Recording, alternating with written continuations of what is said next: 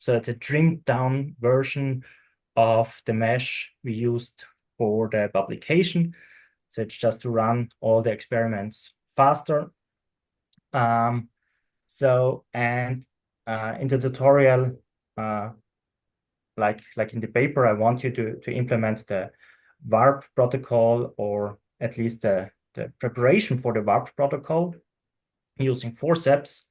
And here we have this mesh. We have a fiber orientation orientated along the isthmus. We have a certain mesh resolution of 400 micrometers.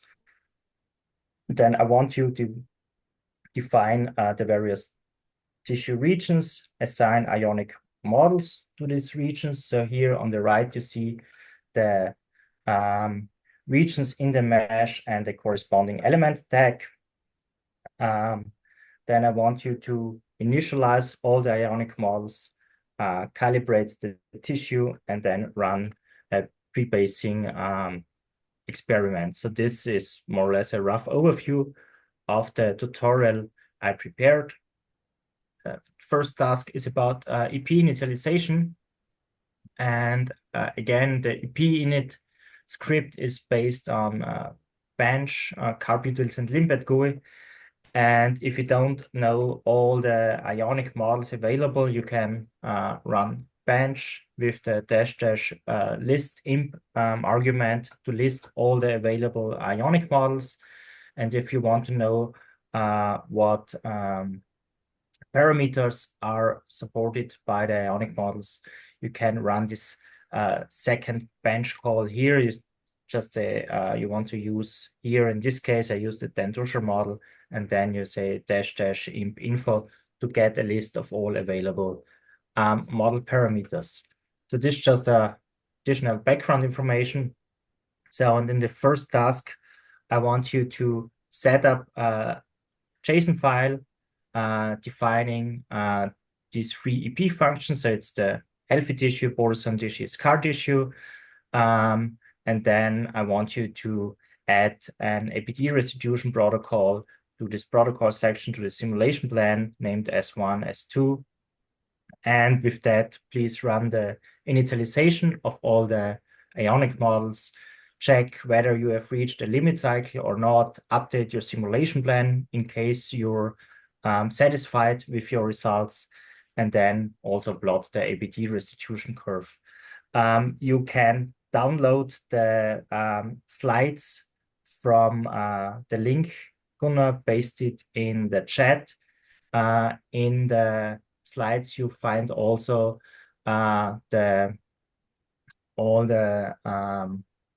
setups for the EP functions, and also the setup for the APD restitution protocol. So please, with these setups, complete this JSON file and then run the EP init script to initialize all the EP models or the ionic models. So the second task is then about the tissue calibration. Again, here I want you to run the tissue calibrate script with your updated simulation plan file. And the tissue calibrate is based on TuneCV, and which is part of the CARP utils framework, and it uses openCARP simulator and measurealizer for visual inspection. And just some theory, or just some brief theory on the background, So we know that the bidomain equation in the 1D case can be written as this equation here.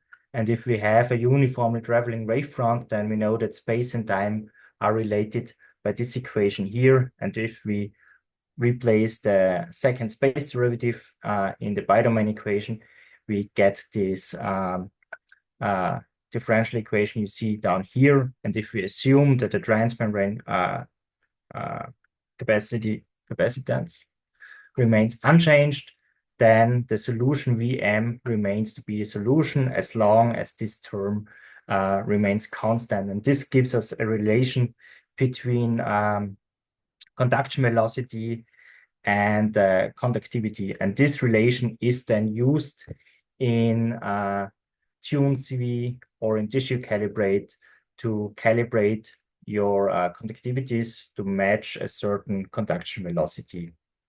And as I already mentioned, we're using TuneCV. So how does TuneCV work? So we create a long strand mesh of prescribed resolution. So this mesh has the same resolution as your simulation mesh or target mesh. And I think right now it's hard-coded. The total length of this mesh is 2 centimeters. And we place 2 electrodes, one electrode at 0.25 length and 3/4 length. And then we apply a stimulus here at the left end of this strand. And then we measure the arrival times at the first electrode and at the second electrode. And with the spatial distance and the difference in the arrival times, we can compute the conduction velocity. So this is how TuneCV measures conduction velocities, and with the relation you've seen before between conduction velocity and conductivity. So this relation can then be used to tune the conductivity to match a certain conduction velocity. So this is the secret behind TuneCV. And this would have been the second task. So again, I want you to complete the simulation plan file and then plot, or first of all, you measure conduction velocity with this prescribed conductivities, and then you see a difference between the measured one and the reference one. Then run CV restitution curve. So first as a function of PCL and then as a function of mesh resolution, and then tuning the conductivities to match the reference conduction velocity. So first just the intracellular conductivity and then the intracellular and extracellular conductivity using the bidomain equivalent monodomain tensor, and then update the simulation plan file. And then you see that the reference conduction velocity matches the measured one, and you see that the conductivities have been changed in your simulation plan file. So be aware of that. If you run, for example, ECG computations using a lead field method, then the change of the conductivity also changes the amplitude of your ECG signal. Just keep in your mind. And then the third task would have been the tissue limit cycle experiment.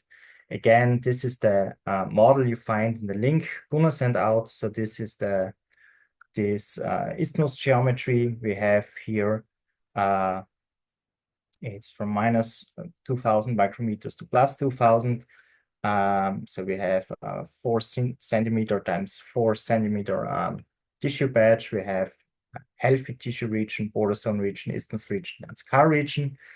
And here the task would have been to add configurations. So ventricular norm refers to this healthy tissue with tag number 1, ventricular border zone to this border zone and isthmus region, and the scar region to this element region with tag 4. And then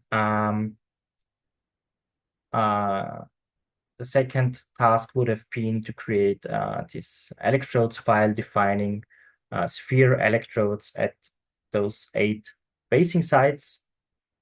This is more or less just copy-paste. And the last, or the second last, would have been to create this protocols file and add a pre-bracing protocol at this basing site P1 here, and then run a limit cycle experiment with this LIT1 protocol. So we run this LIT pre-basing. So first we compute locally activation times using a single cycle reaction diffusion simulation to get this activation time. And the second step would have been to compute the limit cycle, again using the limit cycle experiment, but now we use the pre-computed LIT map to pre-base the tissue. So this would have been the last task of this tissue limit cycle experiment. This is then actually the starting point of your EP simulation you have in mind. So you get a state file. It's usually a .roe file. And with that, so you can restart the openCARP simulator, provide the state file, and then continue from there your actual EP simulation. So this is more or less ForCEPPS. So ForCEPPS is there for standardize and automate the preparation for your EP simulation to help you with the EP initialization, tissue calibration, and to support you with the limit cycle computation. So that's ForCEPPS. And with that, I want to thank you for your attention and interest in ForCEPPS and openCARP in general. Please use software and use the tools we develop. So the more users, the more feedback we get, feedback receive, and this feedback helps us to improve further our software, and we can make it more robust. So with that, I want to thank you, and I think we're ready to for the Q&A session.